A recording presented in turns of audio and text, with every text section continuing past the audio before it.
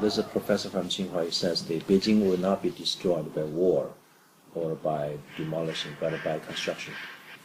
Process of urbanization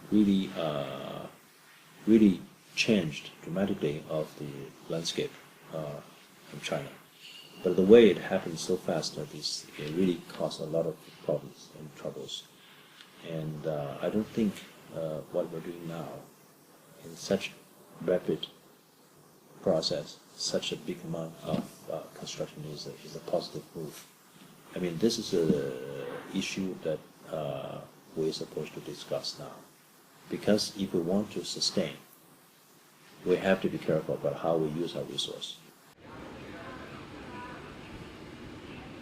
An important example in contemporary history of architecture in China is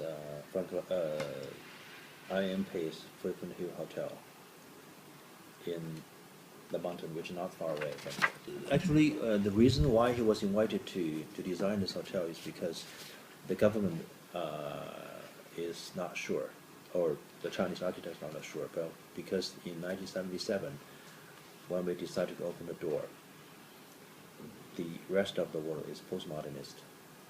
Mm-hmm. In China, we haven't been through modernism yet. And then Pei was invited because he's Chinese and he's a world-renowned architect. And then Pei presented this design to the government. In the very beginning, they were very disappointed because in their mind, they want to have something like modern, at the same time Chinese. But nobody knows what is Chinese.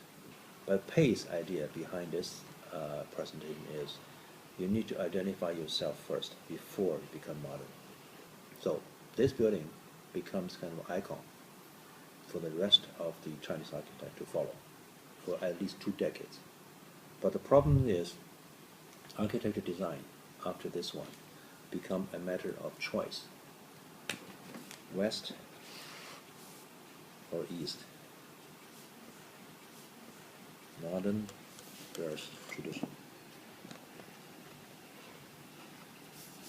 Instead of architecture design is a process of decision making through debate. Now the decision making through a process of choice.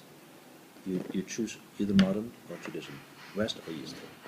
That's how it becomes the kind of because this one you can see that the shape, the design, everything is kind of from an iconic approach, where you see the form, white wall, for instance, the gray tiles, the tiny windows.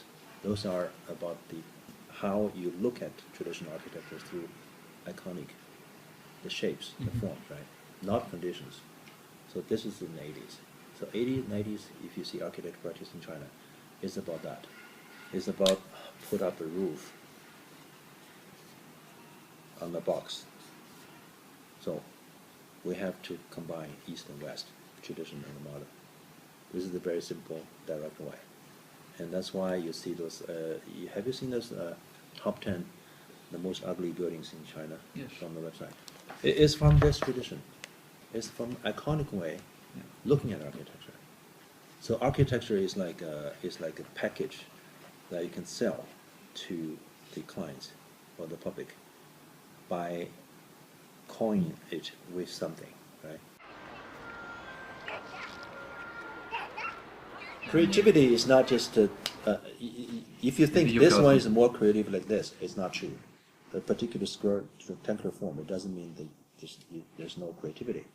Because it's the most adaptable form.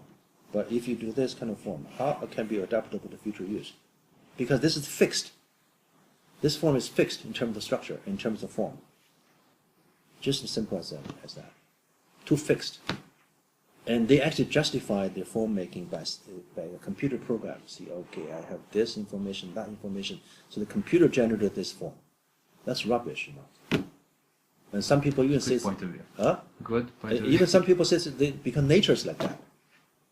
How you take references from nature in terms of this particular form into a particular piece of architecture, there's no relationships.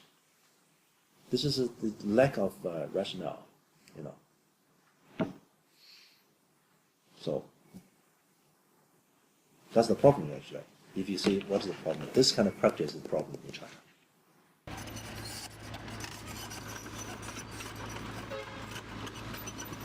We give all the housing developments to the developers.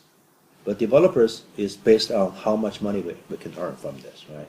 It's not about how you live comfortably in this space. But in Singapore, you should visit the HDB housing, the social housing. 80% of Singaporeans stay in HDB housing. All the housing, Singapore HDB housing, are raised on the pilotis.